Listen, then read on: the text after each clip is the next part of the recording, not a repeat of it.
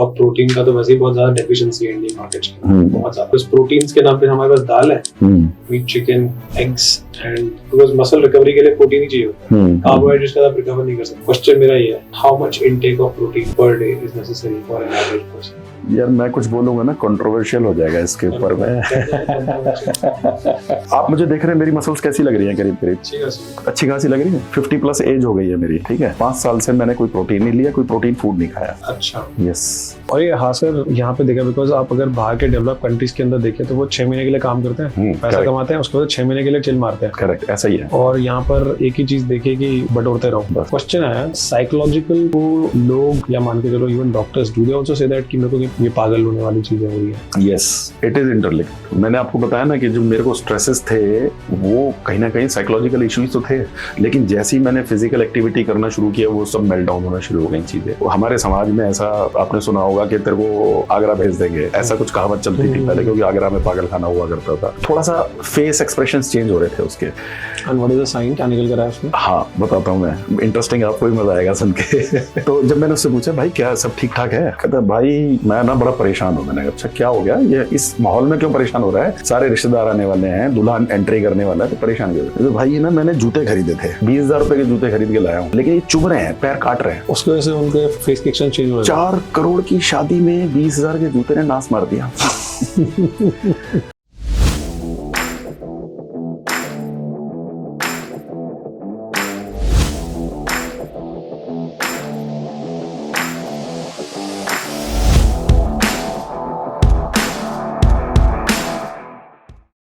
So, आज हमारे साथ एक ऐसे शख्स हैं जिन्होंने थाउजेंड्स ऑफ लोगों की जिंदगी के अंदर एक फिटनेस ट्रांसफॉर्मेशन लेकर आया हुआ। इन्होंने ना ही कोई डाइट प्लान बताया, ना ही इन्होंने कोई जिमिंग के बारे में बताया, ना ही इन्होंने कोई मैराथन दौड़वाया। इन्होंने सिर्फ एक सिंपल सी चीज बताई है, और वो है बॉडी अवेयरनेस। क्या आप अपने बॉडी को इतने अच्छी तरीके से जानते हैं कि it actually works with you like a clockwork efficiency? अगर आपको ये सारे के सारे डाउट्स हैं तो फिर हमारे साथ मौजूद हैं Kapil Gupta, who's also authored a book called How to Live for 120 Years and Still Stay Young. मतलब ऐसे कुछ है ना? Yes, 7 Secrets to 120 Years Body.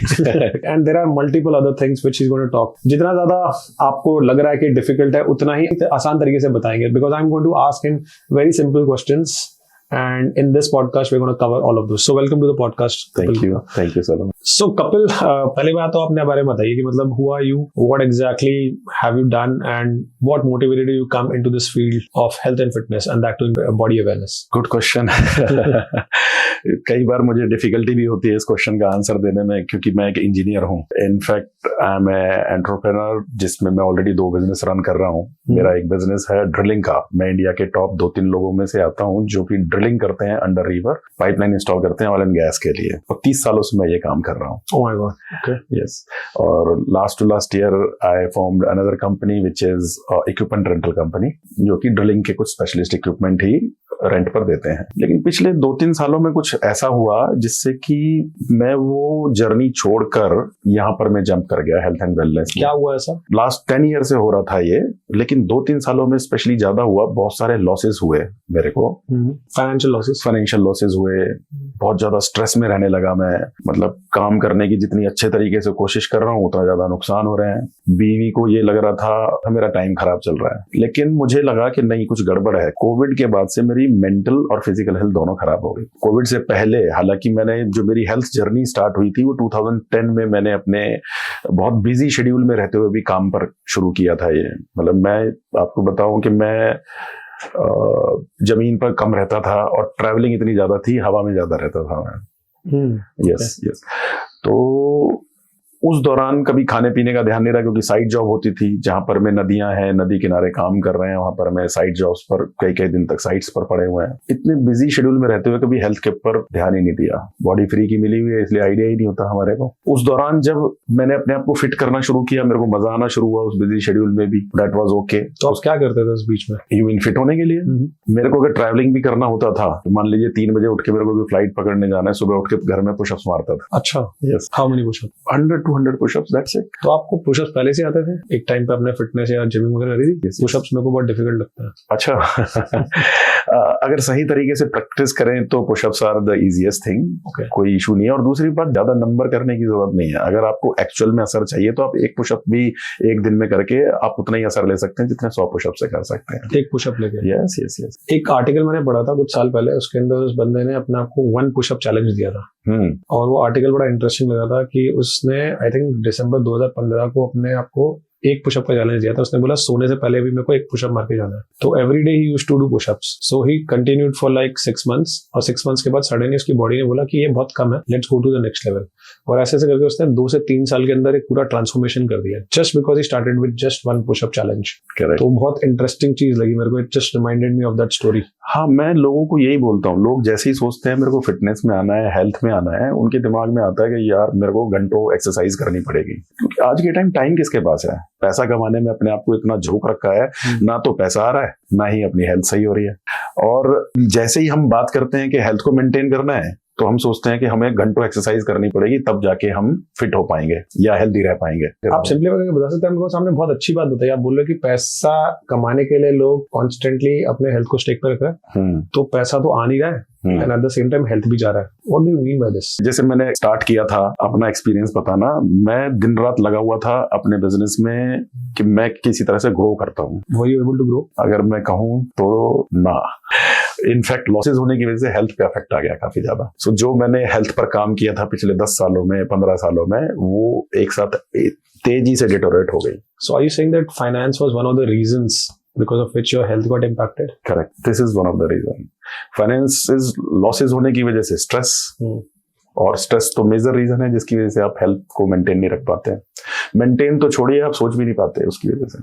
So what is the correlation between finance and health? Because ये बहुत clear आपने एक बहुत अच्छी चीज बताई है कि क्योंकि फाइनेंसेस नहीं है तो कहीं ना कहीं पे आपका मेंटल हेल्थ इम्पैक्ट होता है, और बिकॉज आप मेंटल हेल्थ आपका इम्पैक्ट होता है तो फिर आप स्ट्रेस में चले जाते हो और आप फिर अपने हेल्थ का भी ध्यान रखना बंद कर देते हो। और ये आपने विशियस साइकिल शायद बहुत लोगों में देखा होगा। देखा है। ये टेंडेंसीज एक आम इंसान के अंदर अक्सर क्यों पाई जाती है? हमने अपने आप को पैसे के साथ में इतना अटैच कर लिया है, हम सोचते हैं we need crore of rupees, जबकि आप अगर ध्यान से देखें तो हेल्दी रहने के लिए या अच्छी लाइफ जीने के लिए आपको कुछ एक अमाउंट चाहिए। लोग सोचते हैं मैं 100 करोड़ की कंपनी बना लूं, 200 करोड़ की कंपनी बना लूं, 500 करोड़ की कंपनी बना लूं, लेकिन जीने के लिए अगर वो कैलकुलेट करने बैठेंगे तो मुश्किल से 1 करोड़ रुपए साल का या से 1 लाख रुपए महीने का चाहिए एक एवरेज फैमिली को। तो वो जो 1 लाख रुपए से वो 1 करोड़ की जर्नी पहुंचाने की कोशिश करते हैं, इस चक्कर में वो इतने स्ट्रेसफुल हो जाते हैं, इतने ओवरवेलम रहते हैं, सारा दिन दिमाग में वही चलता रहता है। इसी वजह से वो सही जगह पर है, मतलब जो डेस्टिनेशन पे फोकस हो गया उनका 1 लाख टू 1 करोड़ रुपीज, लेकिन जो जर्नी है उसको बेकार कर लेते हैं उस बीच में।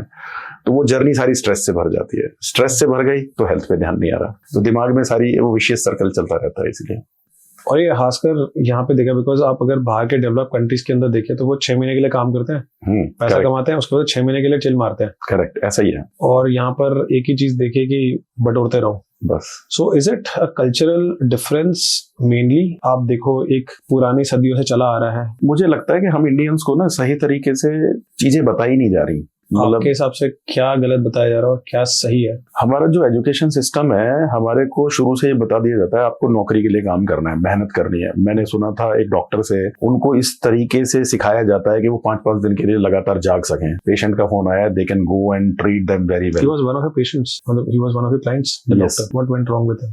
क्या हुआ था उनके साथ? पूरा शरीर टूटा पड़ा था उनका। डॉक्टर का yes. And he's a proper MBBS doctor? Of course, MD। 2 hospitals के अच्छे स्पेशलिस्ट हैं, बहुत सारे नाम है उनका, बहुत सारी टॉक्स करते हैं, वो सब कुछ करते हैं। लेकिन उन्होंने मुझे कॉल किया और ये बताया कि यार आपकी मदद चाहिए, मेरी हेल्थ टूटी हुई है। लेकिन हाँ, उन्होंने अपने आप को बहुत बुरा भला कहा कि मैं दूसरों की हेल्थ पर काम कर रहा हूँ और अपनी हेल्थ पे काम नहीं कर पा रहा। Then I talked to few more doctors. Most of the doctors are deteriorated. उनकी हेल्थ इतनी बेकार हो चुकी है, पता नहीं दूसरों की हेल्प करने के चक्कर में हुई है या पैसा कमाने के चक्कर में हुई है, आई डोंट नो। लेकिन यस, वो अपनी हेल्थ पर बिल्कुल ध्यान नहीं दे रहे हैं। So you have a good client base of doctors? Yes. Yes. And what is the common problem which our doctors are facing? उनका पोस्चर के दिक्कत हैं, उनके किसी के बैक में पेन इश्यूज हैं, स्टिफनेस है बॉडी में काफी ज्यादा उनके, may be long sitting hours है कह लीजिए, पेन्स बहुत ज्यादा रहते हैं उनके, नी में पेन हो गया किसी के सर्वाइकल के इश्यूज हो गए, किसी का जो शोल्डर है स्कूप हुए पड़े हैं। क्वेश्चन है साइकोलॉजिकल को लोग या मान के चलो even doctors do they also say that कि मेरे को कहीं पागल बोल दे, because it's unfair to say, because if a person is having some sort of mental health issue, would it be fair for the person to say that ये पागल होने वाली चीजें हो रही है? Yes, it is interlinked. मैंने आपको बताया ना कि जो मेरे को स्ट्रेसेस थे वो कहीं ना कहीं साइकोलॉजिकल इश्यूज तो थे जिसकी वजह से मैं स्टक हो रहा था, लेकिन जैसे ही मैंने फिजिकल एक्टिविटी करना शुरू किया वो सब मेल्ट डाउन होना शुरू हो गई चीजें। हमारे समाज में ऐसा आपने सुना होगा कि तेरे को आगरा भेज देंगे, ऐसा कुछ कहावत चलती थी पहले, क्योंकि आगरा में पागल खाना हुआ करता था। तो लोगों के दिमाग में अभी तक वही चीज सेट है कि जैसे ही आप कोई साइकोलॉजिकल इशू बोलोगे तो उनको लगेगा पागल कह रहा है। Nobody wants to hear that. So is it an awareness issue कि ज्यादा लोग सेंसिटाइज नहीं है इस चीज को लेकर? Yes, it's an aware issue. मतलब हमें एजुकेट करने की ज्यादा जरूरत है कि अगर आप कोई काम सही तरीके से नहीं सोच पा रहे हो करने के लिए, ओवरवेलमिंग सिचुएशन में रहते हो, फटीग रहता है, आपको फोकस नहीं रहता, डिसिप्लिन नहीं रहते, प्रोक्रेस्टिनेट करते हो, तो कहीं ना कहीं आप स्टक हो किसी लेवल पर माइंड में, that you can call it may be stress, may be psychological issue, may be anxiety, may be depression. करीब करीब सारी चीजें एक ही मतलब भाई बहन है सब लोग एक दूसरे के ये लोग। सो आपके हिसाब से जो टूल है इस बॉडी, अगर आपने बॉडी को प्रॉपर तरीके से यूटिलाइज कर दिया तो फिर आपके psychological, emotional and energy level के सारे इशूज सॉर्ट आउट हो जाते हैं? Yes. What exactly does a body do when it actually moves? क्या हो जाता है इससे जिसकी वजह से आपका जो साइकोलॉजिकल इश्यूज है और जो बाकी जो मैंने पूछे आपसे वो चेंज होने लग जाते हैं in the body? How does it get impacted? देखिए, मैंने एक चीज देखा है, जब आप एक्सरसाइज करते हैं जो आपके मूड है पॉजिटिविटी में रहना शुरू कर देता है। What exactly happens? मतलब अगर साइंटिफिकली बता सकते तो। ओके, कि जब हम एक्सरसाइज करते हैं तो हमारे माइंड का एक पार्ट है, what it is called hippocampus, yes, वो एक्टिवेट होता है। ओके, तो वो हिपोकैम्पस जब एक्टिवेट होता है तो आपका मूड बेटर होना शुरू हो जाता है और हैप्पी हार्मोन्स जनरेट होते हैं उसमें, एंडोर्फिन्स। हाँ, तो मैंने सुना भी था, वन ऑफ द सेशंस मैंने अटेंड करा था, something called dopamine, oxytocin. Yes yes yes. और क्या था? डोपामाइन हो गया और सेरोटोनिन। हाँ, ये चार है। हाँ, इनफैक्ट मेरे को तो मेरा एक बार इंटरव्यू हुआ था, उसके अंदर तो बताया भी था कि समथिंग कॉल्ड ऑक्सीटोसिन जो 1 साल के बाद रिलीज होता है। ओके, नहीं मेरे को भी नहीं पता, बट इतना जो फास्टेस्ट जो रिलीज है वो डोपामाइन ही होता है, दिमाग को डोपामाइन चाहिए। यस, वो तो इंस्टेंट होता है। हाँ, इंस्टेंट। ग्रेट। मेरे को अपने बॉडी के बारे में पता करना है, मैं अपने बॉडी को ऑडिट कर सकता हूँ क्या कि मेरा बॉडी अभी कहाँ पर है? by doing certain steps. Let's say आप body awareness के बारे में बताते हैं, तो in 2 to 3 steps can I identify whether my body is behaving right? मतलब how do I identify that the body is actually in a good state or it's not in a very good state? How I can identify? कोई तरीका है doctor के पास ना जाने के? बहुत सारे बॉडी एक्चुअली क्या होती है, रेगुलर बेसिस में साइन देती रहती है हमारे को। जैसे मेरे पास काफी सारे क्लाइंट्स आते हैं, सबसे पहले स्लीप और स्ट्रेस के बारे में उनसे बात करता हूँ। कहीं भी हेल्थ का कोई भी एंगल टूटा हुआ है तो मैं, क्योंकि मुझे ये आइडिया है आज की दुनिया में जो चीज चल रही है सबसे ज्यादा इन्हीं दोनों पे अफेक्ट हो रहा है, और ये चीज स्लीप और स्ट्रेस, और मैं इस पे काफी जोर देता हूँ कि इसको ठीक कर लो तो आपकी हेल्थ वैसे ही ठीक हो जाएगी काफी हद तक। जैसे क्लाइंट्स मेरे पास आते हैं, उनसे जब मैं डिस्कशन करता हूँ चीजें निकल के आती हैं। कुछ लोग कहते हैं कि नींद बड़ी अच्छी आती है, मेरे को कोई दिक्कत, मैं 8 घंटे सोता हूँ, 7 घंटे सोता हूँ, लेकिन मेरा उनसे क्वेश्चन होता है, मेरा क्वेश्चन होता है, जब सुबह आप उठते हैं तो क्या एकदम फ्रेश उठते हैं, रिलैक्स होते हैं, चाय कॉफी की जरूरत नहीं होती? उस टाइम वो कहते हैं नहीं। तो इसका मतलब क्या हुआ कि 8 घंटे आप बेड पर तो थे लेकिन वो नींद अच्छी नहीं थी, क्वालिटी ऑफ स्लीप बेटर नहीं थी। How does one define good quality sleep? ज्यादातर लोगों को देखा होगा आपको, उनको एनर्जी के लिए कॉफी पीनी पड़ती है। अगर आप फ्रेश उठ रहे हैं, एकदम बिल्कुल कोई थॉट्स नहीं है, एकदम मस्ती में, ब्लिस में उठ रहे हैं, जैसे कि हाँ मजा आ गया सो के उठ के, तो that is good quality of sleep. So again sleep and stress, अगर स्ट्रेस है तो स्लीप नहीं आएगा। यस। और अभी थोड़ी देर पहले आपने बताया था कि आपका हेल्थ और फाइनेंसेस कहीं ना कहीं पे इंटररिलेटेड है, and stresses can be other than finances. Let's say finances अगर सॉर्टेड है तो किसी और की चीज से relationship issues. So number 1 cause of stress is finances. That's number 1. It depends upon person to person. Okay. अब मैंने काफी सारे लोग देखे हैं, they have enough money लेकिन रिलेशनशिप सही नहीं है उनके, they are struggling with relationship. अच्छा. So it's not necessarily finances. जिसके पास जो चीज नहीं है वो उससे स्ट्रेस हो सकता है। ठीक है, आई गेट योर पॉइंट कि मोस्टली जो चीज नहीं होती उसको लेके स्ट्रेस होता है। स्ट्रेस हो जाता है। जो चीज हमारे पास नहीं है उसको पाने की इच्छा रहती है कि यस ये मेरे पास आ जाए, नहीं इजीली अचीव कर पाते और दिमाग में रहता है कि करना है, या दिमाग में ये आता है कि यार मैं इतने साल का हो गया और अभी तक मेरे पास वो चीज नहीं आई, सामने वाले के पास तो है। तो ये वाला जो पोर्शन है जो हमारे हाथ में नहीं है चीज, ये अवेयर होने के बाद भी हम अपने आप को क्यों स्ट्रेस देते हैं? अवेयर है कौन? लेकिन माय क्वेश्चन इज दैट इस चीज की नॉलेज तो है, नॉलेज है कि ये चीज जब हमारे पास नहीं है तो हमें स्ट्रेस नहीं होना, लेकिन हम क्या है कि जैसे जैसे दुनिया में चलते रहते हैं, साथ साथ चलते रहते हैं, तो अवेयरनेस हमारी कहीं ना कहीं पीछे होती जाती है, हम एक कंपैरिजन में लग जाते हैं। Why does that happen? Because comparison तो सबसे बड़ा कॉज है आपका स्ट्रेस का। Because the moment you start comparing तो आपको डिफरेंसेस दिखेंगे, उस डिफरेंसेस के बेसिस में आपने अपने प्रोज एंड कॉन्स निकाले और फिर आपने बोल दिया कि अरे हमारे पास तो है ही नहीं, और उसके बाद आप दुखी हो जाओगे। Is it a habit to be sad? Is it very human to be sad? ये एक आदत है। मैंने बताया ना, जैसे हमारे इंडिया में एजुकेशन सिस्टम ऐसा है, हमें शुरू से बहुत सारी ऐसी चीजें नहीं बताई जाती या सिखाई जाती जिन पे काम करना चाहिए हमारे को। जैसे स्ट्रेस मैनेजमेंट नहीं सिखाया जाता, रिलेशनशिप मैनेजमेंट नहीं सिखाया जाता, फाइनेंस मैनेजमेंट नहीं सिखाया जाता। बहुत सारे सब्जेक्ट पढ़ा देते हैं हमारे को नाम के लिए, और ना ही उन सब्जेक्ट्स को अपनी रियल लाइफ के साथ कैसे एसोसिएट करना है, ऐड करना है, वो सिखाया जाता है। जैसे मैं एग्जांपल लूं, जो मैं चीजें बता रहा हूं वो बेसिक प्रिंसिपल्स हैं। आप 7th स्टैंडर्ड की कोई भी बुक उठाइए, हमें वो सारी चीजें पढ़ाई जाती है। हमारे को बॉडी के बारे में पूरा सब कुछ बताया जाता है 7th स्टैंडर्ड में, लेकिन कितने लोगों ने उसको रख कर या उससे सीख कर अपनी डाइट पे काम करना शुरू किया?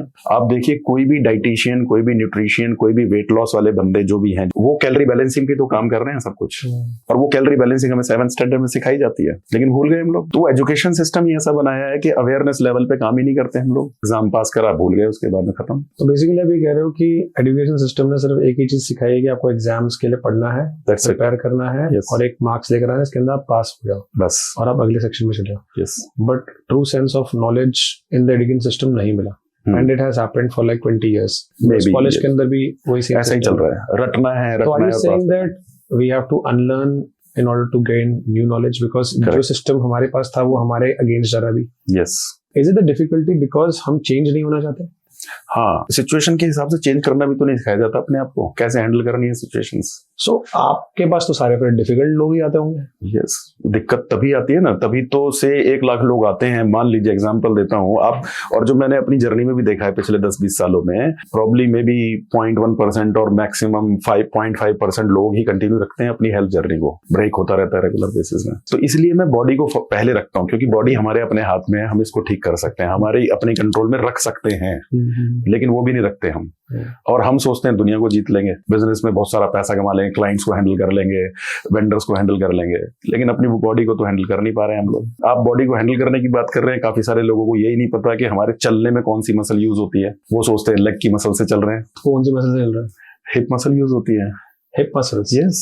तो लोगों को अगर ये छोटी छोटी अवेयरनेस ही नहीं है, I talking about these muscles, pelvis के अराउंड वाला, वहां से हम लोग चलते हैं। यस, ग्लूट्स मसल को यूज करते हैं वो लोग। Okay okay okay. अच्छा, एक मैंने ना सुना भी था कि आपके जो there are different types of intelligence, one is head intelligence, then your heart intelligence, then your gut intelligence, and then your hip intelligence. Yes, pelvis. Yes. How much of it is true? देखिए, मैं ज्यादा ये बात तो नहीं जानता intelligence के बारे में, लेकिन मुझे इतना पता है कि that is the most powerful part in our body. Really? Yes. मैंने कहीं पढ़ा भी था that people who are actually know how to move their pelvis या hip वाला region, they become subordinate human beings. In fact, dance के अंदर बताया जाता है, जो डांस करते हैं ना, they are subordinate because they are mostly moving that part, specifically the ones who are doing jazz and contemporary dances. तो वो वाला पार्ट मैंने देखी, मतलब एक जगह पे लोग कुछ ज्यादा एक्टिव है, दूसरा जगह हमारे सारी भारत की जो पूरी जनता है वो लैपटॉप्स और डेस्कटॉप्स के अंदर एक ही पोजीशन में बैठी हुई है। And to some extent in my corporate life I have also seen people having premature deaths, diabetic conditions. Premature level पे उनके अंदर का जो एनर्जी वो खत्म हो गया। ED is also one of the conditions जो कि मैंने देखा है पोस्ट मैरिजेस होता है because of the extreme stress which people are going through. तो ये जो वर्किंग प्रोफेशनल्स का भी जो चैलेंज है मैं देख रहा हूँ आजकल कॉर्पोरेट ऑफिसर्स के अंदर, जैसे आपने बिजनेस ओनर्स का तो बता रखा है, but I think there is a lot of challenges which are majority major contributors the working professionals, उनको बहुत बड़ा दिक्कत आ रहा है। तो have you also given any kind of sessions to the working professionals of the corporate India? Yes, recently I have started corporate training also. Okay. For their top-notch employees. मैंने वही सेम चीज वहीं पर भी वही है, वर्क प्रेशर इतना ज्यादा है आज के टाइम। आपने शायद कुछ दिन पहले केस भी सुना होगा, EY की एक एम्प्लॉय को काम करते करते उसकी डेथ हो गई बिकॉज ऑफ ओवरवर्क। और ऐसे और भी बहुत सारे केसेस आ रहे हैं। अगर स्टडी देखी जाए तो कम से कम 74 या करीब 80% एम्प्लॉयज को वर्क स्ट्रेस है। इसको बर्नआउट कहते हैं जब आपका एक एवरेज टाइम होता है उससे आपने एक्सीड करके एक्स्ट्रा काम कर लिया, एंड ये वाला सिनेरियो आपके डेवलप्ड कंट्रीज के अंदर नहीं है। ओके मतलब मैंने कुछ साल पहले मैं यूरोप गया था, तो उसके अंदर बस के अंदर ट्रैवल करा था, और the bus driver had to take break in every 2 hours, then he will be charged, he is supposed to relax, because उसकी रिस्पांसिबिलिटी बाकी सारे बस के पैसेंजर्स की। करेक्ट। और अगर वो फ्रेश नहीं फील करेगा तो वो अच्छे से ड्राइव नहीं करेगा। यस, मैंने आपको बताया ना कि हमारे यहाँ सिस्टम में ऐसी चीजें हैं, वही हम उसी को लेके ढोते चलते चले जा रहे हैं। जैसे एजुकेशन सिस्टम में वही चीज हमारे ऑफिस में बिजनेस ओनर अपने साथ कर रहे हैं, और वही लोग अपने एम्प्लॉयज के साथ करते हैं same. So it is basically from the top down ही चल रहा है, ऐसा ही चलता चला जा रहा है। हम बोलते हैं कि जब आप थक गए हैं तो रेस्ट लीजिए बजाय के क्विट करने के। जापान के अंदर कल्चर है, आफ्टरनून्स के टाइम पे उनको नैप्स दिया जाता है, कंपल्सरी नैप्स। यस। आप देखिए ना, हमारे जितने भी पुराने लोग हैं, जो आज भी मेरे फादर या उनसे पुराने लोग अभी भी हैं, वो दोपहर को खाना खाने के बाद आधा घंटा 15 मिनट रिलैक्स करते हैं। इनफैक्ट आप ईस्ट में चले जाइए, आप ये वाली बेल्ट में चले जाइए, गुवाहाटी, कलकत्ता, भुवनेश्वर, दोपहर के टाइम मार्केट पूरी बंद मिलेगी आपको। खाना खाने के बाद वो बिल्कुल रिलैक्स करते हैं। 12 से 4 मार्केट बंद। यस, वो आफ्टरनून के टाइम पे काम नहीं करते आफ्टरनून में काम। अब थोड़ा ध्यान से सुनिएगा, बड़ा इंटरेस्टिंग है। 3 करोड़ की शादी में उसने लगा 3 करोड़ 4 करोड़ वटएवर। वहां कोई भी उसको ये देखने वाला नहीं है कि वो परेशान हो रहा है, लेकिन मेरी नजर चली गई वो परेशान हो रहा है। मैंने उससे पूछा क्या आइडेंटिफाई करा, थोड़ा सा फेस एक्सप्रेशंस चेंज हो रहे थे उसके। And what is the sign, क्या निकल कर आया उसमें? हाँ, बताता हूँ मैं, इंटरेस्टिंग, आपको भी मजा आएगा सुन के। तो जब मैंने उससे पूछा भाई क्या सब ठीक ठाक है, मेरे को लगा भाई लड़की की शादी हो रही है तो हो सकता है भाई परेशान हो रहा हो, थोड़ी सी दिक्कत हो रही हो कि भाई अंदर से होता है ना बेटी विदा हो जाएगी। तो मैंने पूछा भाई दिक्कत क्या है, कुछ दिक्कत हो रही है तो बताओ, will try to sort it out. कहता भाई मैं ना बड़ा परेशान हूं। मैंने कहा अच्छा क्या हो गया, ये इस माहौल में क्यों परेशान हो रहा है, सारे रिश्तेदार आने वाले हैं, दुल्हन एंट्री करने वाला है, तो परेशान क्यों? भाई ये ना मैंने जूते खरीदे थे, 20,000 रुपए के जूते खरीद के लाया हूँ, लेकिन ये चुभ रहे हैं, पैर काट रहे हैं। उसकी वजह से उनके फेस के एक्शन चेंज हो रहे हैं। 4 करोड़ की शादी में 20,000 के जूते ने नाश मार दिया। और आप बिलीव नहीं करेंगे, मैंने फिर किसी से पूछा भाई किसी का सेम साइज हो उनके रिलेटिव से, जब उन्होंने जूते चेंज करे तो चेहरे की। अच्छा, तो मैं जो बता रहा था आपको कि people can handle thousands of problem together, all together they can handle any problem but can not handle health problem. आप एक बार आईसीयू में जाके तो देखो क्या होगा। वहां बस बैठ के लेट के ही सोच रहे हैं भगवान एक बार यहाँ से सही सलामत बाहर निकल जाऊं, फिर तो मैं वर्कआउट शुरू करूंगा। Anything which you would like to share, anything which हमारा जो ऑडियंस है जो अभी देख रहे हैं इस पॉडकास्ट को, which you would like to share कि आप ये स्टेप 1, स्टेप 2, स्टेप 3 कर लीजिए and life will be much much better. मैं यही कहूँगा कि भाई आप अभी तक किसी की नहीं सुनते, अपने स्पाउस की नहीं सुन रहे, आप अपने फैमिली में बॉसेस की नहीं सुन रहे, फादर की नहीं सुन रहे, अपनी बॉडी की सुनना शुरू कर दीजिए। थोड़ी सी अवेयरनेस लेवल को बढ़ा लीजिए कि बॉडी भी कुछ है, ये मानना शुरू कर देंगे आप तो आपकी बहुत सारे इश्यूज वैसे ही सॉर्ट हो जाएंगे। लेकिन हाँ, जहाँ आपने स्टेप 1, स्टेप 2, स्टेप 3 की बात कही, तो उसमें सबसे पहले मैं यही कहूँगा कि आप आइडेंटिफाई करिए कि आपको इश्यूज क्या हैं। दैट मतलब वो ब्लड टेस्ट वगैरह करके की बात करें, इश्यूज की बात कर रहा हूं तो पहले मैं बात कर रहा हूं कि आप कुछ फिजिकल साइन जैसे जमीन पर बैठ के देख लीजिए, तो आपको पता चल जाएगा कि आपकी बॉडी में मसल्स स्ट्रेंथ है कि नहीं है, या जॉइंट्स खुले हुए हैं कि नहीं खुले हुए हैं। मैं इश्यूज की बात जो कर रहा हूं, मैं बात कर रहा हूं normal day to day life में आपको क्या प्रॉब्लम्स होती हैं। जैसे कि मैं आपको भी बताता हूँ, मैंने खाना नहीं खाया, लास्ट मेरा मील था 10 बजे और अभी मेरा 4 बज रहा है। मैंने बीच में कुछ भी नहीं खाया और बॉडी अंदर सिग्नल्स दे रहा है कि कुछ खा ले, और सर में दर्द हो रहा है मेरे को। इसका क्या मतलब है? मैं अपनी बॉडी को सुन रहा हूँ उसी तरीके से। आप सुन रहे हैं? यस, ठीक है। तो आपने साइन पकड़ लिया कि खाने को बोल रही है बॉडी, तो आपको खाना चाहिए। यस, भूख लगे तब खाना चाहिए। ऐसा नहीं कि भाई 4 बज गए। एक ये भी हो सकता है, एक तो ये हो गया कि आप बॉडी के साइन को पढ़ रहे हो, एक ये भी हो सकता है कि 4 बजे आपका चाय का टाइम हो।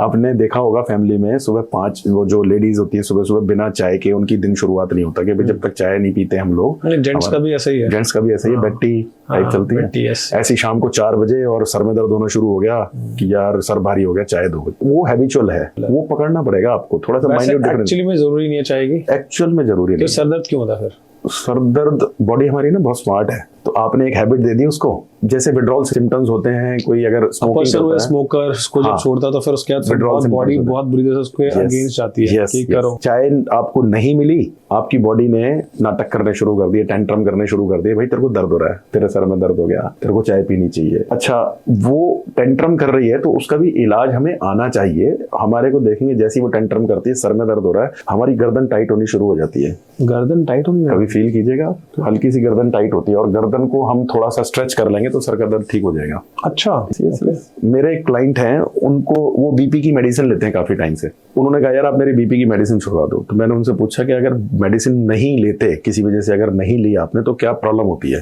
तो इतनी प्रॉब्लम तो कुछ नहीं होती। मैं कहा फिर लेते क्यों? फिर उन्होंने बड़ा जोर डाला दिमाग पे, तो कहा कि यार 2 दिन अगर किसी वजह से मिस हो जाए ना, या स्ट्रेस ज्यादा हो, तो मेरा सर ना भारी हो जाता है और झन झन झन करने लगता है, और आंखें भी थोड़ी सी पैल्पिटेशन टाइप ऐसे चिक चिक चिक करने लगती हैं उसको। मैंने कहा ठीक है चलो। तो उनको प्रॉब्लम हुई, मैंने उनको बोला जब प्रॉब्लम हो तो मुझे फोन करना, मैं आपको कुछ करवाऊंगा। तो उनको मैंने कुछ किया, कुछ बताया जूम पर, तो उनको वो आराम पड़ गया, और उनको बोला कि जब भी आपको ऐसा कोई सिचुएशन आए तो कर लेना इसको। तो it is necessary that BP का जो गोली है वो जरूरत नहीं है देने की? मेरे हिसाब से जरूरत नहीं है। आप देखो ना यार, बीपी की, शुगर की या थायराइड की मेडिसिन ले रहे हो, कि वो ठीक कर रहा है क्या आपको? वो सप्रेस कर रहा है एक टाइम के लिए, फिर वापस आ जाता है फिर। और आप एक बार लेते हैं तो परमानेंट चलती रहती है वो चीज। मतलब एक सुना भी है, बॉडी को इतना हेल्दी बना दो कि आपको दवाई की जरूरत नहीं पड़ती, लेकिन अभी हमने दवाइयों को इतना ज्यादा लेना चालू कर दिया कि बॉडी को चला रही है दवाइयाँ, हैबिट में आ गया है पूरा। मैं आपको इसका भी एग्जांपल देता हूँ। मेरे एक फ्रेंड हैं, क्लाइंट हैं, कुछ भी कह सकते हैं उनको, मैं उनको 11-12 साल से देख रहा था। वो काफी हैवी एक्सरसाइज मतलब वो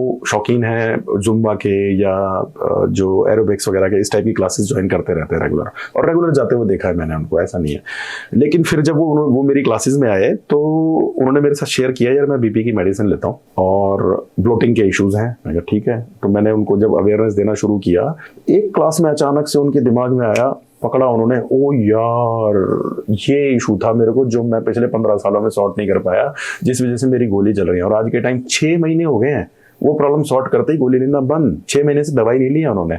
इनफैक्ट डरते हुए, क्या बोला उन्होंने? बता दो उन्होंने जो पूरे प्रोग्राम में से निकाला, वो कहते हैं यार मेरी ये स्लीप कम हो रही है, इसकी वजह से बीपी की मेडिसिन नहीं छूट रही मेरी, या बीपी चल रही है। स्लीप अगेन बीपी से? यस। अगर आप स्लीप कम करते हो तो आपका बीपी बढ़ जाएगा? बीपी नहीं बढ़ जाएगा, वो मार्कर है, वो तो एक मार्कर है बीपी। तो आपकी बॉडी में कहीं ना कहीं परेशानी आनी शुरू हो जाएगी अगर स्लीप सही नहीं है तो उन्होंने फिर स्लीप पे काम किया, and I am proud to say कि 6 महीने हो गए उन्होंने बीपी की दवाई नहीं खाई है। इनफैक्ट अभी 15 दिन पहले उनका मेरे पास कॉल आया ये पूछते हुए कि सर क्या मैं कोई कार्डियक टेस्ट करा लूं अपने? अच्छा। मैंने पूछा भाई क्यों कराने हैं आपको टेस्ट? वो कहते यार इतने दिनों से मैं गोली नहीं खा रहा, 6 महीने से, कोई अंदर कोई इशू तो नहीं हो रहा? मैंने कहा आपकी बॉडी को कुछ फील हो रहा है क्या? कहते नहीं बढ़िया लग रहा है, मजा आ रहा है मेरे को। मैंने कहा फिर टेस्ट ही क्यों कराना है? तो वो क्या है कि टेस्ट कराने से घबराहट ज्यादा बढ़ रही है आज के टाइम, मेरे को ऐसा फीलिंग है। टेस्ट कराने की जरूरत नहीं है मेरे हिसाब से, नहीं है अगर आप अवेयरनेस में जी रहे हैं तो। ये बहुत कॉन्ट्रडिक्टिंग चीजें आपने बता दी वैसे, क्योंकि नॉर्मली टेस्ट करने के बाद फिर लोगों को अपना थोड़ा सा हेल्थ का कंडीशन पता चलता है। ये वो लोग करते हैं जो लोग बिल्कुल भी ध्यान नहीं देते बॉडी को, वो डरते हैं, वो कहते हैं उनको डराने के लिए कोई चीज चाहिए। आपसे थोड़ा सा मेरे को, जैसे फॉर एग्जांपल आप अपने प्रोग्राम्स के अंदर कुछ चीजें बताते हुए we primary talk about body awareness, तो मैं अपने बारे में बताता हूँ। देयर वाज अ टाइम हमारे फैमिलीज के अंदर इंडियन वॉशरूम्स होते थे, where you have to literally squat and cleanse your cut. Correct. और के अंदर पूरा बाउल आपको होता है।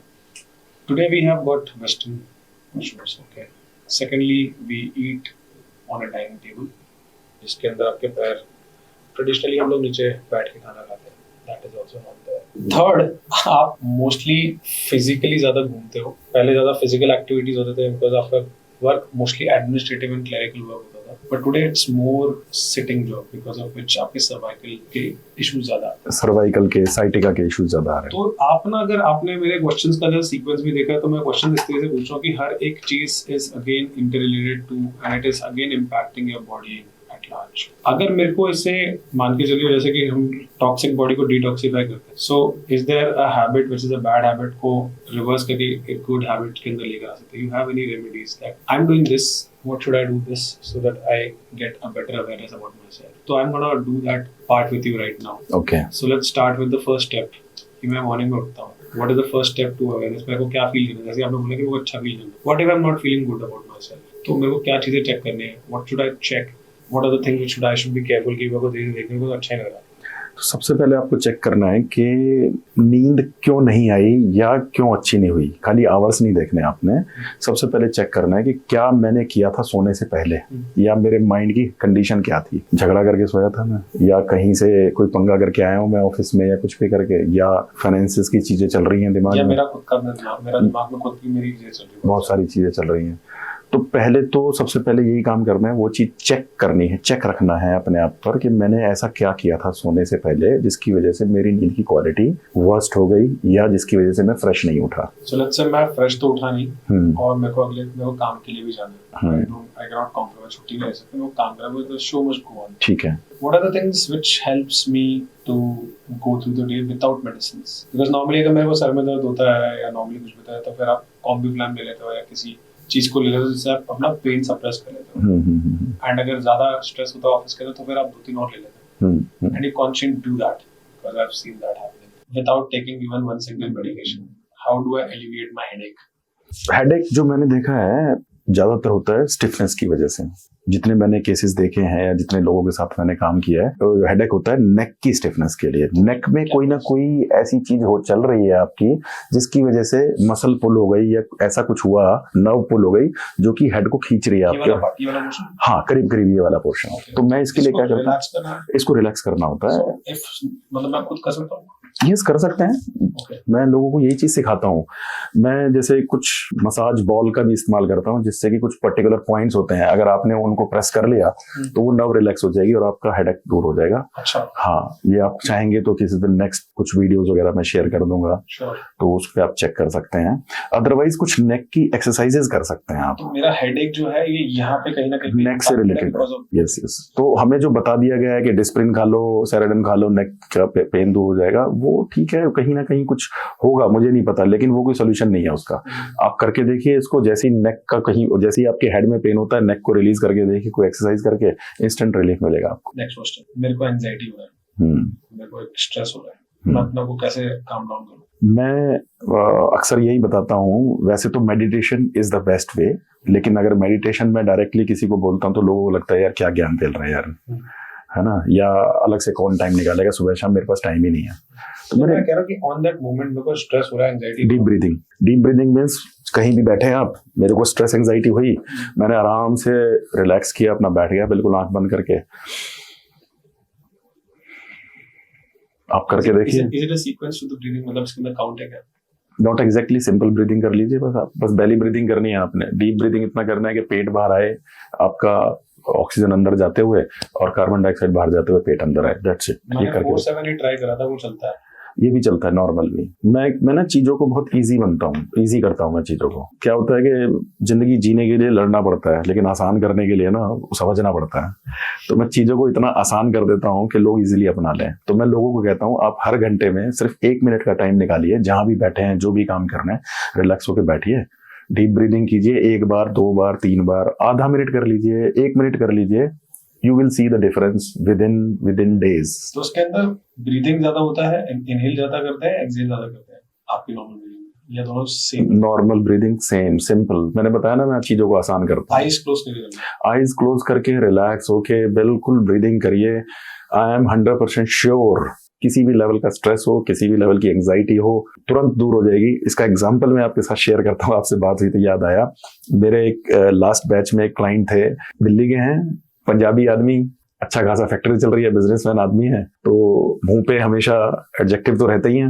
अच्छा, गालियां। तो वो कह रहे थे बहादुरगढ़ में फैक्ट्री है मेरी, बहादुरगढ़ से मैं अपने घर की तरफ आता हूँ पीरागढ़ी पंजाब या तो रास्ते में ट्रैफिक जाम मिलता है तो शुरू हो जाते हैं खट खट खट खट खट खट एक के बाद एक। लेकिन प्रोग्राम अटेंड करने के बाद या डीप ब्रीदिंग पर काम करने के बाद विद इन 3 to 4 days उन्होंने अगले दिन शेयर किया मेरे साथ में कि भाई जादू हो गया। मैंने पूछा भाई क्या हो गया ऐसा, इतने खुश क्यों हो? कहते यार कल ना 2 घंटे ट्रैफिक जाम में फंसा रहा मैं, और पहली बार ऐसा हुआ बिना एक भी गाली दिए, बिना एंग्जाइटी के कि भाई अरे कब खुलेगा कब खुलेगा, मैं आराम से रिलैक्स होके घर आया हूँ और बच्चों के साथ भी मस्ती की है मैंने। So that is breathing is so powerful. और ये बड़ा छोटा इसलिए मैंने निकाला कि हर घंटे में आप 1 मिनट ब्रीदिंग कर लीजिए। अरे गाली स्ट्रेस बस्टर है क्या? आप किसी भी चीज को स्ट्रेस बस्टर बना लो अपना, yes it is a good way. अब आप देखो गाली देना आसान है, ब्रीदिंग करना आसान है, वो चॉइस आपको करनी है। गालियां देना आसान है तो कंटिन्यू विद गालियां। आप ऑफिस में बैठे हैं हर टाइम गालियां दे सकते हैं जोर से। आप ऑफिस में तो गालियां दे नहीं सकते हैं, बट फिर अगेन आप इम्प्लोड हो रहे हो, आप बोल भी नहीं सकते हो, बोल भी नहीं सकते, और आपको काम भी करना है। आप एक्सप्रेस करोगे तो फिर आपके ऊपर क्वेश्चन मार्क आ जाएगा, आपने क्वेश्चन कैसे कर दिया। यस तो ब्रीदिंग कर लो। आपका जो नेचुरल रिएक्शन है कि ये कैसी बातें कर रहा है, और आपको सच में गाली देने का मन करता है, और आप वहां पे गाली नहीं दे सकते। गाली नहीं दे सकते। इस केस के अंदर आपकी ब्रीदिंग तेज हो जाएगी। तो आप नॉर्मल ब्रीदिंग कैसे लेकर आओगे, क्योंकि आपके पास वो सारी अननेचुरल चीजें हो रही है जिसके लिए आपका बॉडी रेडी नहीं है। इसके लिए प्रैक्टिस करना है आपको ना। ओके भाई कोई भी काम नया करने जा रहे हैं, हमारी नेचर के अगेंस्ट, हमने नेचर कैसी पुराना काम है यहाँ पे, वो नया काम में तो बॉडी खुश होती है कि चलो कुछ नया करें। आप पुराना रूटीन काम कर रहे हो, वही पुराना रूटीन बॉस है, वही पुराना घटिया सा डेडलाइन है, वही फालतू का एक जबरदस्ती का एक बना के रखा कि जल्दी जल्दी कर रहा है, जबकि इसको 2 दिन के बाद भी हम सबमिट कर सकते हैं। आपके पास कोई और ऑप्शन है क्या? My question is that ये वाला जो पार्ट है इस रूटीन के अंदर आपका कहीं ना कहीं बोर्डम है, और ये एक विशियस, मतलब ये विशियस भी नहीं, मतलब this is something which the mind already knows, but mind ये ड्रामा बार बार करता रहता है। अच्छा ये फिर से आ गया। माइंड को ट्रेन करना पड़ेगा ना, इस केस में आपको ट्रेन करना पड़ेगा। जैसे ही ऐसा कुछ हो रहा है आप बैठ के देखिए तो सही, आपको शुरू शुरू में याद नहीं आएगा। मैं क्या बोलता हूँ, आप दिन में कम से कम 6 से 8 बार अलार्म लगा लीजिए, अपना शेड्यूल कर लीजिए, जैसे बाकी सारे कामों को ले करते हैं आप, उसको शेड्यूल कर लीजिए ब्रीदिंग के लिए कि भाई मेरा ब्रीदिंग ब्रेक हो गया ये वाला। अच्छा यस यही चीज सिखाता हूँ मैं लोगों को, ब्रीदिंग ब्रेक। और ब्रीदिंग ब्रेक में क्या है, 6 बार का अलार्म भरेंगे तो 3 बार तो कर ही लेंगे। और मजे की बात देखिए, मैं कर क्या रहा हूँ आपके साथ में, आपके सबकॉन्शियस माइंड को ट्रेन कर रहा हूँ कि तेरे को ब्रीदिंग ऐसे करनी है।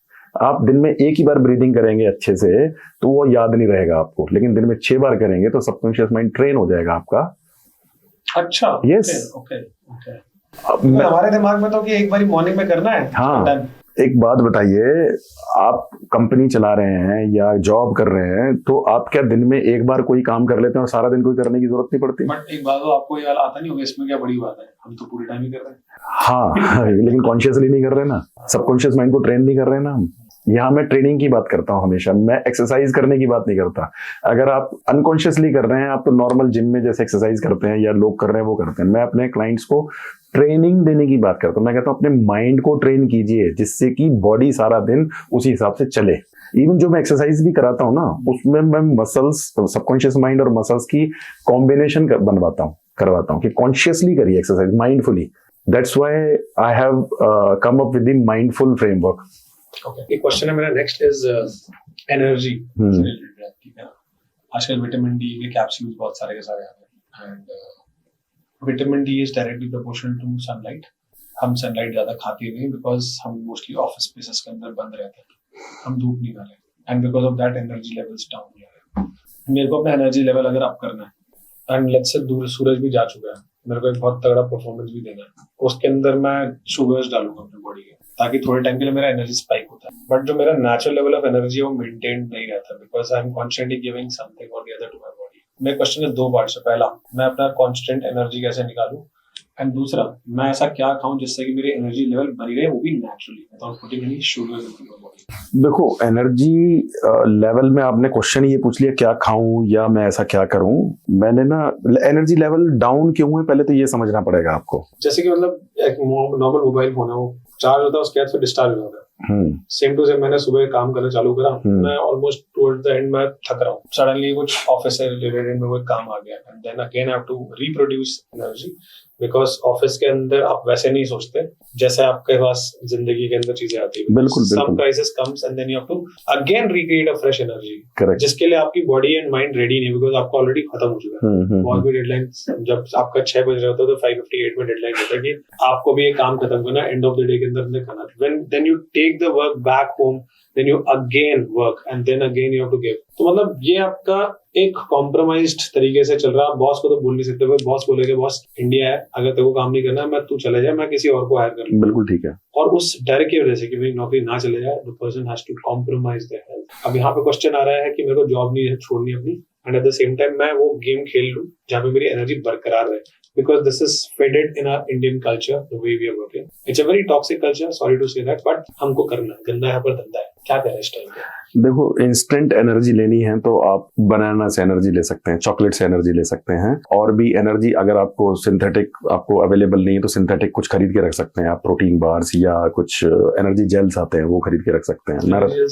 एनर्जी जेल्स में क्या होता है, जैसे मैराथन रनर्स होते हैं ना, वो एनर्जी जेल यूज करते हैं क्योंकि उनको रेगुलर रोड पर रहना होता है, रनिंग करते रहना पड़ता है। एनर्जी के लिए वो दे च्यू दैट एनर्जी बार्स और एनर्जी जेल्स, एनर्जी गम्स कह सकते हैं उनको, जेल्स भी आते हैं पैकेट्स में, वो ले सकते हैं ये। लेकिन मैं इससे ज्यादा ये चीज प्रेफर करता हूं कि आपकी एनर्जी डाउन हो ही ना। वो कैसे? जब आप रेगुलर वर्कआउट करेंगे तो आपको स्ट्रेस हैंडलिंग आएगा, नंबर 1, आपकी बॉडी में ऑटोमेटिकली एनर्जी डेवलप होती रहेगी, और क्लीन फूड खाएंगे सारा दिन। नॉर्मली होता क्या है, एनर्जी डाउन होने का एक रीजन ये भी है कि हम फूड को अपनी बॉडी में भरते जा रहे हैं और बॉडी उसको पचाने के लिए सारे ब्लड को पेट में डाल रही है और हमें फील हो रहा है कि एनर्जी डाउन हो गई है। अच्छा, तो डाइजेशन की वजह से भी एनर्जी पूरी जाती है। Yes yes yes yes. तो उस टाइम आपको कम खाना है या ऐसा कुछ खाना है जिसमें डाइजेशन में एनर्जी कम लगे, नंबर 1। डाइजेशन में कितना % एनर्जी जाता है? देखिए, अगर 100% मेरी एनर्जी है, खाना खाता हूँ, डाइजेस्ट करता है, उसके अंदर कितना चला जाता है? और ये मैं 3 बार कर रहा हूँ। 78 इंस्टेंट आपको पूरा ब्लड आपकी बॉडी में चाहिए होता है, मतलब पेट में चाहिए होता है उस टाइम। तो मतलब मेरे हिसाब से 70-80% आपका ब्लड उस टाइम पर आपकी पेट में चला जाता है। तो इसी वजह से आपने देखा होगा, कहा जाता था कि खाने के तुरंत बाद आप कोई भाग दौड़ वाला काम मत करें या कुछ भी ना करें। ऐसी चीजें, नींद इसलिए आ रही है ना कि ब्लड तो आपका पेट में चला गया, माइंड में ब्लड कम है तो काम कम कर रहा है वो। दूसरा, एक और चीज मैं बोलता हूँ कि आपको अपनी बॉडी के जॉइंट्स को चेक करना होगा। How does one check that? हाँ, वो नीचे जमीन पे बैठ के देखिए, आराम से उठ बैठ पा रहे हैं कि नहीं बैठ पा रहे हैं, या कोई भी वर्किंग कर पा रहे हैं। मैंने जो रियलाइज किया है, मैं अपने क्लाइंट के साथ मोबिलिटी पे ज्यादा काम करता हूँ, और डाइट नहीं बताई कोई भी, मैंने कोई परहेज नहीं बताया, और उनकी एनर्जी लेवल से 5 टाइम्स बढ़ गए। अच्छा, यस। ओके, क्या करा आपने उनके साथ? उनकी मोबिलिटी पे काम किया मैंने। मोबिलिटी का मतलब ये हुआ, मैं एग्जांपल लेता हूँ आपके लिए। आपका गाड़ी चला रहे हैं आप, और गाड़ी के ब्रेक पे पैर रख रखा है, क्या हो रहा है? एफर्ट्स, गाड़ी चलाते चलाते हल्का सा ब्रेक दबा लिया तो गाड़ी उस स्पीड से दौड़ेगी? अगर मान लीजिए आपने 100 पे चलने की, नहीं दौड़ेगी। सेम वे, अगर आपके जॉइंट्स टाइट हो गए हैं तो सप्लीमेंट्स, कुछ सप्लीमेंट्स वगैरह? नहीं, सप्लीमेंट्स की जरूरत नहीं है, एक्सरसाइज से ही हो सकता है सब कुछ। मतलब मान के चलो, मेरे बॉडी के अंदर यहाँ पे जो मेरा जो नी कैप है, हाँ, एक टाइम के बाद आपका कहने के पे फ्लूइड्स का एक डेफिशिएंसी आता है। सेम टाइम एक एज के बाद you have to consume glucose बिन और ग्लूकोज बिन मेनली होता है। ये आपके ऊपर आवाज आने लग जाती है। आवाज भी आती है तो फिर पता चलता है कि जॉइंट्स थोड़े वीक हो रहे हैं। ये नहीं, आवाज is not sign of weakness, उसमें आवाज का कोई लेना देना नहीं है, पहली बात तो। Yes yes yes. और जो ग्लूकोज में कम हो रहा है, आप वज्रासन में बैठिए, ग्लूकोज बिन पूरा हो जाएगा आपका। वज्रासन इज आपका जो फोल्डेड लेग से उसके ऊपर बैठ जाते हैं। मैं देखता हूँ आज के टाइम ज्यादातर लोग बैठ ही नहीं पाते उसके ऊपर में, लेकिन जब आप रेगुलर बैठना शुरू करेंगे, आपके ग्लूकोज में कोई कमी नहीं आएगी, नी स्ट्रॉन्ग रहेंगे, बुलेट प्रूफ नीज हो जाएंगे आपके एकदम। मतलब आप ट्रेडिशनल चीजें ही बता रहे हैं बेसिकली, सारी की सारी चीजें, बट फिर वही है कि उसके अंदर एक्ट करते नहीं है। एक्ट करते नहीं है, बिकॉज रामदेव भी बेचारा चिल्ला चिल्ला के थक गया कि कर लो, वो भी नहीं, उसकी कोई सुनता नहीं है। यही तो रीजन था, वो दवाइयों की फैक्ट्री खोलनी पड़ी उनको। ही न्यू, और दिस इज ट्रूथ एक्चुअली। उनको पहले दिन से पता था कि भाई लोग नहीं करेंगे, वो चिल्ला चिल्ला के थक गया, तो उसने कहा था ठीक है भाई, तुम योगा तो कर नहीं रहे, दवाइयां खाना तुम लोग। अब उसकी क्या गलती है अगर वो मल्टी मिलियनर बन गया तो? इसमें आपने बनाया जबरदस्ती, आप योगा कर लो ना फ्री। मैं एक एग्जांपल देता हूँ, ये मेरे साथ हुआ 2003 में जब रामदेव जी ने शुरू किया था योगा करवाना। So I was with him on that stage Faridabad में। उन्होंने मतलब मेरे होम टाउन में उन्होंने कुछ फंक्शन किया था, तो मैंने स्टेज पे उनके साथ बैठ के योगा परफॉर्म किया था उस टाइम पर। तो उस टाइम किसी वजह से मेरे बाल काफी ज्यादा झड़ रहे थे, तो मैंने गया वहां पर मैं, and he was come up with that, कोई तेल था उनका कोई, तो मैंने वो तेल लगाया और बाल झड़ने खत्म पहले दिन से ही। मेरे को बड़ा मजा आया यार कि ये तो बहुत बढ़िया चीज है। मैं 10 बोतल खरीद लाया अगले दिन, और धीरे धीरे देखा एक बोतल खत्म हुई, दूसरी बोतल लगाई, फिर से बाल झड़ने शुरू हो गए। तो मेरा दिमाग काम किया, यार ये जो बाल झड़ने कम हुए थे ना, तेल की वजह से कम नहीं हुए थे, ये मैं जो योगा कर रहा था उस दौरान, जो ऑक्सीजन मैं अपने बाल तक, अपने खोपड़ी तक पहुंचा रहा था, स्कल तक पहुंचा रहा था, उस वजह से कम हुए थे बाल झड़ने कम। मेडिसिन तो प्लेसिबो इफेक्ट के लिए बनाई गई। इवन मेडिकल साइंस, जो मॉडर्न मेडिकल साइंस है, उसमें आज भी 80% प्लेसिबो चलता है। 80%। तो ये दिस इज प्लेसिबो के ऑयल लगाया, बाल झड़ने कम हो गए। ऐसी कोई चीज नहीं है भाई, आपकी बॉडी के अंदर कोई चीज काम कर रही है, आप ऑक्सीजन तो पहुंचाओ पहले। अच्छा, एक और चीज, सनलाइट हम नहीं खा रहे हैं, और हमने शायद कहीं ना कहीं सनलाइट्स को भी सप्लीमेंट्स के साथ। Do you think that sunlight is one of the reasons, not having sunlight is one of the reasons? In fact, most of the clinical psychologists suggest कि आप sunlight में बैठे आओ। जो हम सनलाइट नहीं ले रहे हैं, ये हमारी आज के टाइम जो प्रॉब्लम चल रही है, मेजर रीजन है उसका ये सनलाइट। यस, हमारी स्किन में विटामिन डी होता ही है ऑलरेडी। जैसे ही हम सनलाइट लेते हैं अपनी स्किन के ऊपर डायरेक्टली, वो एक्टिवेट हो जाता है। जो आप विटामिन्स लेकर उसको पूरा करने की बात करते हैं, जो मैंने देखा है, वो सिर्फ आपके मार्कर्स को वो पूरा कर देता है, लेकिन एक्चुअल में जो अंदर से चीजें, क्लिनिकल मार्कर, वैसे आपकी बॉडी के पास ऑटोमेटिकली प्रोड्यूस करती है। Yes yes yes yes. लेकिन अगर आपको नेचुरली करना है, तो आप जैसी सनलाइट में जाएंगे, 1 दिन 2 दिन 3 दिन के लिए। इनफैक्ट जो मैं अभी आपको केस बता रहा था, मेरे फ्रेंड ने नींद पे काम किया और उन्होंने सनलाइट पर भी काम किया। डेली सुबह कपड़े उतार के छत पे सनलाइट लेते थे, एंड हल्का सा सनराइज हो रहा है, मतलब जिसमें हीट नहीं चाहिए, बॉडी के ऊपर हीट नहीं लगनी चाहिए। हीट लगेगी तो वो दिक्कत करती है स्किन के ऊपर। उसकी लाइट लेनी है आपको बॉडी के ऊपर। Yes, and that is going to take care of the depression और एवरीथिंग। आप ये 2-3 चीजें करके देख लीजिए। जमीन पे बैठ के खाना खाइए, आप जमीन पे बैठ के खाना खाना है। आपको जो पानी है, पानी या कोई भी लिक्विड खाना खाने के तुरंत बाद नहीं लेना। कम से कम 60 से 90 मिनट का टाइम रखिए बीच में। अच्छा। यस, और जैसे जैसे मौसम ठंडा होगा, उसको टाइमिंग को बढ़ाना पड़ेगा आपको। हमारा खाना देर से पचता है, या आप ठंडे इलाकों में रहते हैं तो टाइमिंग्स आपको लिक्विड के और बढ़ाने पड़ेंगे। हमारे दिमाग में डाल दिया गया है, खाने के बाद आइसक्रीम खाओ तो खाना पच जाता है, या रायता पियो तो खाना पच जाता है। वो आपने लिक्विड डाल लिया तो खाना अनडाइजेस्टेड रह गया, जिससे कि ग्लूकोज का स्पाइक हुआ और उससे फिर शुगर लेवल बढ़ गए आपके, तो खाना डाइजेस्ट ही नहीं हुआ। तो मैं अच्छा खाना खाने से ज्यादा जो मैं बेटर समझता हूँ, वो खाने को डाइजेस्ट करना, और खाना डाइजेस्ट करने से भी ज्यादा इंपॉर्टेंट रोल है टॉक्सिन्स को बॉडी से सही तरीके से बाहर निकालना। और टॉक्सिन्स को बाहर निकालने के लिए आपको फाइबर इंटेक बढ़ाना पड़ेगा बॉडी के अंदर में। बट फाइबर इंटेक के अंदर तो बहुत सारे जो वेजिटेबल्स है उसके अंदर पेस्टिसाइड्स ऑलरेडी है। आप पिज्जा खाते समय नहीं सोचते हैं कि इसके अंदर पेस्टिसाइड हैं? वो तो व्हाइट है, और मैदा तो सबको पसंद है। मैदा, उसके ऊपर वेजिटेबल भी तो वही डल रही है, तो वेजिटेबल खाते हुए तो सोच रहे हो। Well, you have a point there.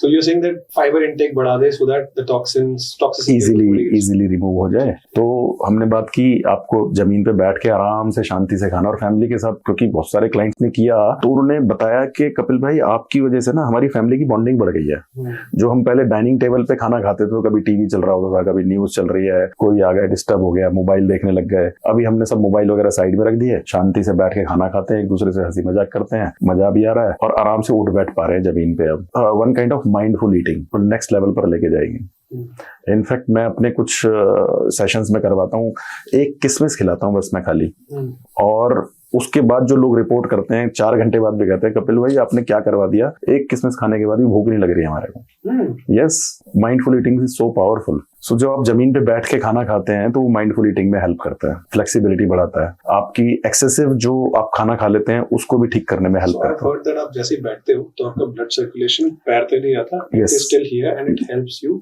more better digestion. Yes, true, that is right.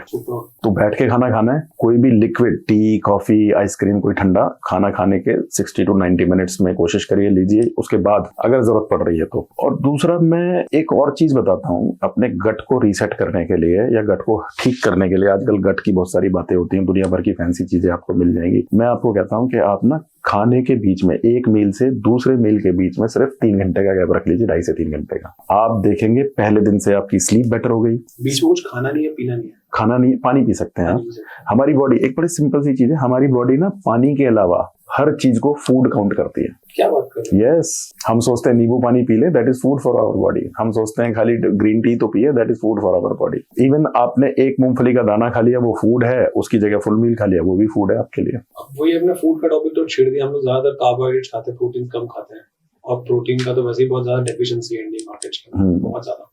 मतलब आप अगर देखें तो काफी कम है, बिकॉज हम सबसे ज्यादा चावल, रोटी, ये कार्ब्स है, और यही ढंग से अगर कंज्यूम नहीं करते, बिकॉज प्रोटीन्स के नाम पे हमारे पास दाल है, meat, chicken, eggs, and because muscle recovery के लिए प्रोटीन ही चाहिए होता है। कार्बोहाइड्रेट्स के साथ आप रिकवर नहीं कर सकते मसल्स को, and it needs a lot of protein. Question मेरा ये है, how much intake of protein per day is necessary for an average person? यार मैं कुछ बोलूंगा ना कंट्रोवर्शियल हो जाएगा इसके ऊपर में।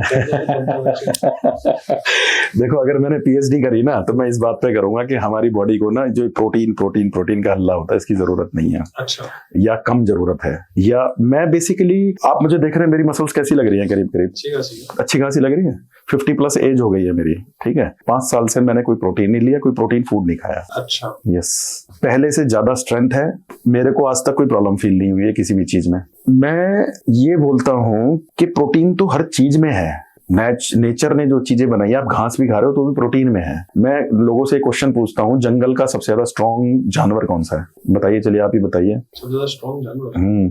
चीता। ठीक है, कुछ लोग चीता बोलते हैं, कुछ लोग हाथी बोलते हैं, कुछ लोग गेंडा बोलते हैं। बुल सबसे ज्यादा स्ट्रॉन्ग जानवर है। बुल? यस, बेल्जियन बुल को कभी आप देखिए, मस्कुलर मिलेगा, कभी आप चेक करिएगा इसको। Belgian bull, he can pull up to 10,000 kg of weight. 10 ton हुआ ना स्ट्रॉन्ग।